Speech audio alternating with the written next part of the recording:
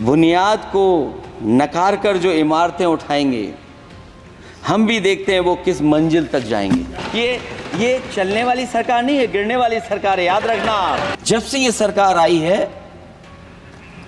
Rail accidents और paper leak में competition चल रहा है कि कौन आगे जाएगा। किसानों की आय दोगुनी कर देंगे। आज तो 11 साल हो गए सरकार को,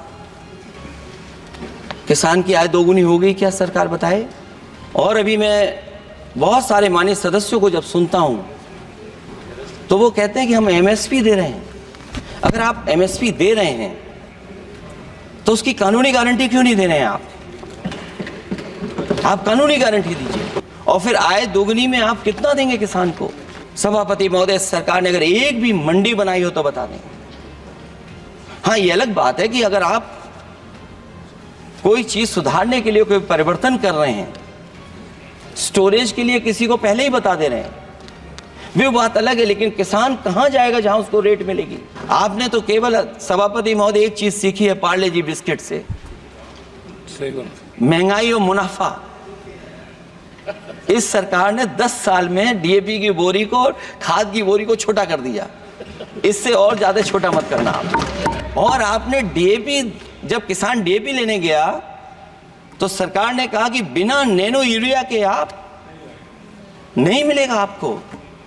मैं सरकार से जानना चाहता हूं कि नैनो यूरिया से क्या लाभ पहुंचा है किसानों को, ये बताइए। जहां किसान आत्महत्या कर रहा है, और पिछले 10 साल में सरकार जानती होगी कि कितने किसानों ने आत्महत्या की है। लाखों लाख किसान आत्महत्या कर चुके हैं। जहां किसान तकलीफ और परेशानी में है, वहीं सबसे ज्यादा अगर संकट किसी चीज पर आया तो वो नौकरी पर आया है। हारे ही नहीं हैं आप, सीटें ही कम नहीं हुई हैं। देश के प्रधानमंत्री जी भी वोट से हारे हैं, वोट से हारे हैं। जो कभी 5 लाख तक जीतना था जिन्हें, या 10 का टारगेट बनाया था, कितने से जीते? तो कम से कम इन चीजों को तो देखें। सभापति महोदया, मैं बैठ जाता हूं, आप खड़े होकर के कह दीजिए अग्निवीर व्यवस्था अच्छी है। कारगिल के युद्ध में सबसे ज्यादा शहीद होने वाले हिमाचल प्रदेश के वीर नौजवान थे। 4 परमवीर चक्र विजेता हुए, उसमें से 2 कैप्टन विक्रम बत्रा और सूबेदार संजय कुमार हिमाचल प्रदेश से हुए। और मैं कहता हूं, जी हां, जो लंबे समय से मांग थी 1 रैंक 1 पेंशन की, किसी सरकार ने पूरी नहीं की, वो नरेंद्र मोदी जी की सरकार ने यहां पर पूरी की है। और मैं एक बात और कहता हूं, अखिलेश यादव जी सुन ले, अग्निवीर में 100% एम्प्लॉयमेंट की गारंटी है और रहेगी। सभापति महोदया, जो मैंने बहुत छोटा सवाल पूछा था, मैं दूसरी बात कहता हूं।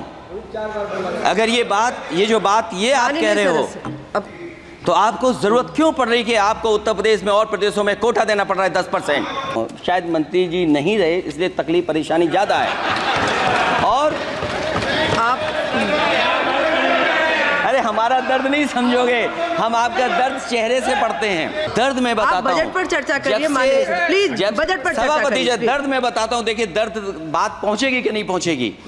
सभापति महोदया, उत्तर प्रदेश से जब से हारे हैं तब से कोई नमस्कार नहीं कर रहा है। तकलीफ वो है आपको।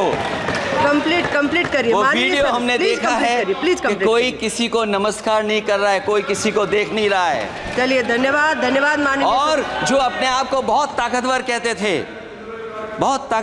थे आप अपने आप को, जिसने हराया उसको नहीं ये हटा पा रहे हैं। अब बात समझ में नहीं आई ना? माननीय, जिसने हराया उसको नहीं हटा पा रहे। और अगर सभापति महोदय, अग्निवीर व्यवस्था समाजवादी लोग स्वीकार ही नहीं कर सकते। बजट पर ये चलने वाली सरकार नहीं है, गिरने वाली सरकार है, याद रखना। माननीय सदस्य, और देखिए, आप क्यों नहीं समझ रहे हो? साइकिल हमारा चुनाव चिन्ह है, साइकिल ही आपको सरकार चलवा रही है। जिस दिन साइकिल हट गई, आप कहां बैठे मिलोगे? और दूसरे हमारे साथी हैं जो हमें लेकर के यहाँ लाए थे। माननीय सदस्य, मैं आग्रह कर रही हूँ, कंप्लीट करिए। जो सरकार मंचों से ये कहती थी कि हम किसानों की आय दोगुनी कर देंगे, आज तो 11 साल हो गए सरकार को। किसान की आय दोगुनी हो गई क्या सरकार बताए?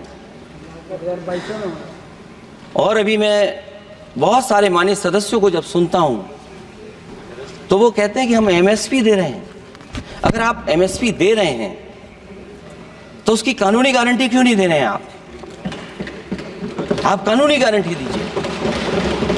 और फिर कई बार सुनने को मिलता है कि हॉर्टिकल्चर क्रॉप्स के लिए आप क्या कर रहे हैं, उसके एमएसपी की कब तैयारी करेंगे आप?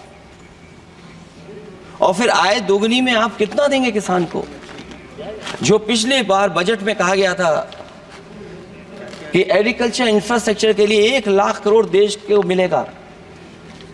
अगर 1 लाख करोड़ देश को मिला होगा एग्रीकल्चर इंफ्रास्ट्रक्चर को, तो कम से कम यूपी का शेयर कुछ तो रहा होगा। सभापति महोदय, सरकार ने अगर एक भी मंडी बनाई हो तो बता दें। हाँ, ये अलग बात है कि अगर आप कोई चीज सुधारने के लिए कोई परिवर्तन कर रहे हैं, स्टोरेज के लिए किसी को पहले ही बता दे रहे हैं, वो बात अलग है। लेकिन किसान कहां जाएगा जहां उसको रेट मिलेगी? और फिर ये इस बजट में कहा जा रहा है कि हम 109 high yielding and climate resilient varieties लाएंगे। तो सभापति महोदय, हम अपने माननीय मंत्री से कहेंगे कि वो ग्लोबल वार्मिंग के लिए जो आप काम पिछले कितने वर्षों से कर रहे हैं, क्या हुआ उस ग्लोबल वार्मिंग का? COP21 में भी आप हुआ है, G20 में भी आपने आश्वासन दिया और कुछ नहीं किया, तो आपको क्या लाना पड़ रहा है? 109 high yielding and climate resilient varieties. आप मुझे बताओ किसान पर कब तक पहुंचाओगे आप, और उसको पहुंचाने के लिए आपके पास क्या इंतजाम है? और फिर दूसरे पैराग्राफ में फिर बदल जाते हैं आप। अभी आप बात कर रहे हैं रेजिलेंट वैरायटीज की, और फिर आप कह रहे हैं कि हम नेचुरल फार्मिंग को बढ़ावा देंगे। सभापति महोदय, इस सरकार बताए कि रेजिलेंट क्रॉप सीड्स कब तक पहुंचा देंगे, उससे लाभ किसानों को कैसे मिलेगा? और फिर नेचुरल फार्मिंग जो अभी भी कर रहा है किसान कई जगह पर, उसके लिए क्या अलग से पैकेज है आपके पास बजट में? आपने तो केवल सभापति महोदय एक चीज सीखी है पार्ले जी बिस्किट से, महंगाई और मुनाफा। इस सरकार ने 10 साल में डीएपी की बोरी को और खाद की बोरी को छोटा कर दिया। इससे और ज्यादा छोटा मत करना आप। और आपने डीएपी, जब किसान डीएपी लेने गया तो सरकार ने कहा कि बिना नैनो यूरिया के आप नहीं मिलेगा आपको। मैं सरकार से जानना चाहता हूं कि नैनो यूरिया से क्या लाभ पहुंचा है किसानों को, ये बताइए। नैनो यूरिया से क्या लाभ पहुंचा है सरकार बताए।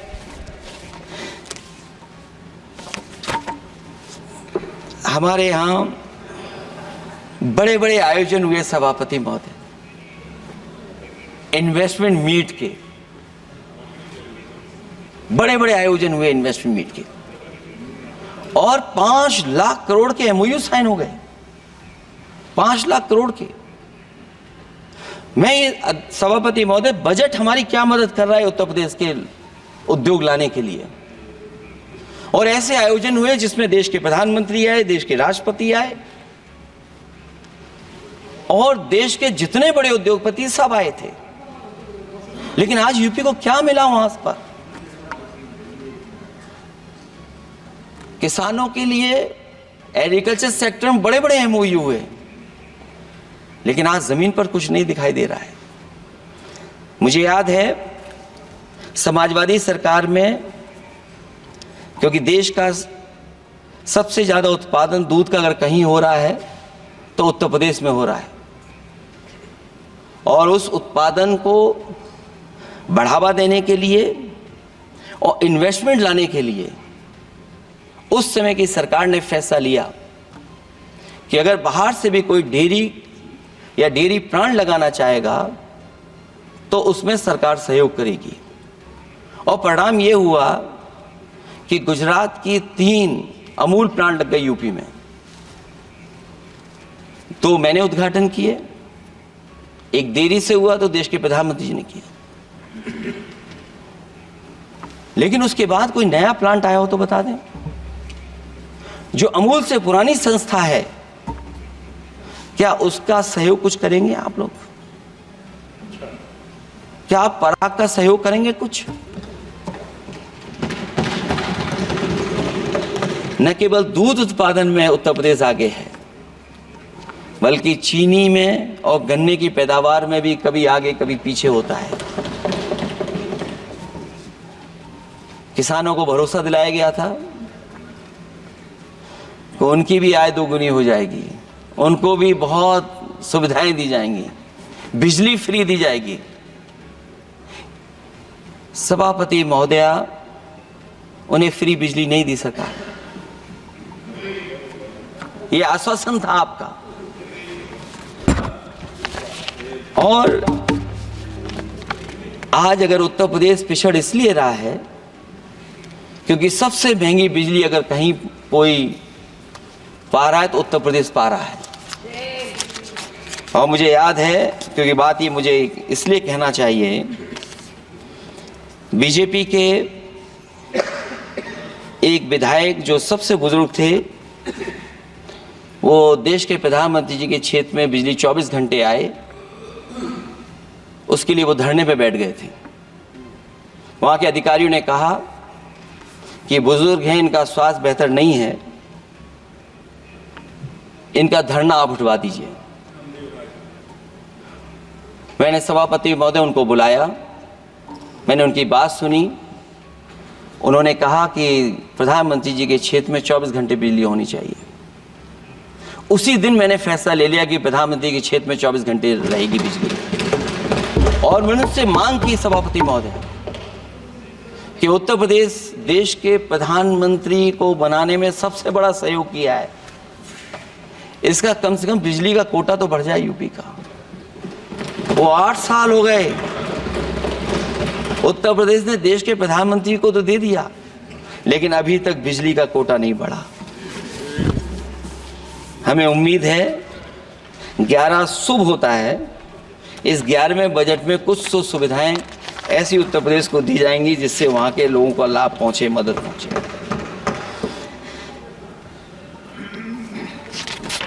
जहां किसान आत्महत्या कर रहा है, और पिछले 10 साल में सरकार जानती होगी कि कितने किसानों ने आत्महत्या की है, लाखों लाख किसान आत्महत्या कर चुके हैं। जहां किसान तकलीफ और परेशानी में है, वहीं सबसे ज्यादा अगर संकट किसी चीज पर आया तो वो नौकरी पर आया है, रोजगार पे आया है। जब सरकार का बजट मैं पढ़ता हूं तो जो स्कीम्स लाई जा रही हैं उसमें, क्या ये स्कीम नौजवान को पक्की नौकरी दिलाएगी? क्या इन स्कीम से 5,000 रुपए देकर के आप नौजवान का भविष्य बनाना चाहते हैं? आप क्या दे रहे हैं आप? और मुझे तो ये लगता है कि जो वर्क फोर्स आप बना रहे हैं ट्रेनिंग देकर के सरकार के पैसे से, अंतोगत्वा इनको भी एक्सप्लॉइट वही लोग करेंगे, उद्योगपति।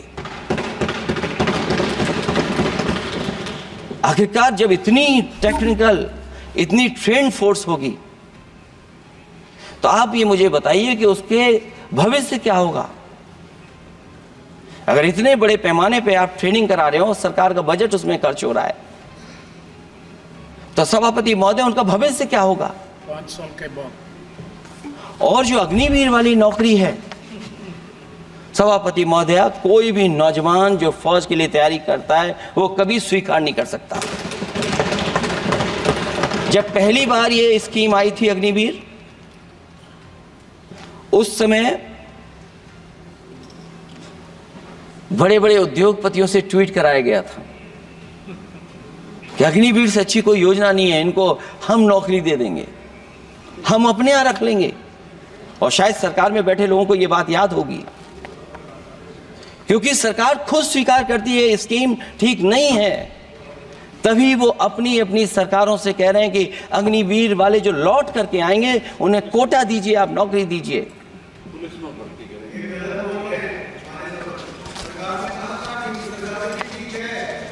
नहीं ठीक है, नहीं ठीक है, नहीं ठीक है। माननीय सदस्य बीजेपी मुख्यालय पे चौकीदार लगाएंगे। सभापति महोदय मैं बैठ जाता हूं, आप खड़े होकर के कह दीजिए अग्निवीर व्यवस्था अच्छी है। मैं इस सभा में खड़े होकर कहता हूँ, उस राज्य से तो हिमाचल प्रदेश से जिसने पहला परमवीर चक्र विजेता मेजर सोमनाथ शर्मा दिए। कारगिल के युद्ध में सबसे ज्यादा शहीद होने वाले हिमाचल प्रदेश के वीर नौजवान थे। 4 परमवीर चक्र विजेता हुए, उसमें से 2 कैप्टन विक्रम बत्रा और सूबेदार संजय कुमार हिमाचल प्रदेश से हुए। और मैं कहता हूं, जी हां, जो लंबे समय से मांग थी 1 रैंक 1 पेंशन की किसी सरकार ने पूरी नहीं की, वो नरेंद्र मोदी जी की सरकार ने यहां पर पूरी की है। और मैं एक बात और कहता हूं, अखिलेश यादव जी सुन ले, अग्निवीर में 100% एम्प्लॉयमेंट की गारंटी है और रहेगी। माननीय सदस्य साहब अपनी बात सभापति महोदया, जो मैंने बहुत छोटा सवाल पूछा था, मैं दूसरी बात कहता हूं। अगर ये जो बात आप कह रहे हो, तो आपको जरूरत क्यों पड़ रही कि आपको उत्तर प्रदेश में और प्रदेशों में कोटा देना पड़ रहा है 10%? सभापति महोदय, बैठिए। सभापति महोदय, जहां तक परमवीर, रुक जाइए।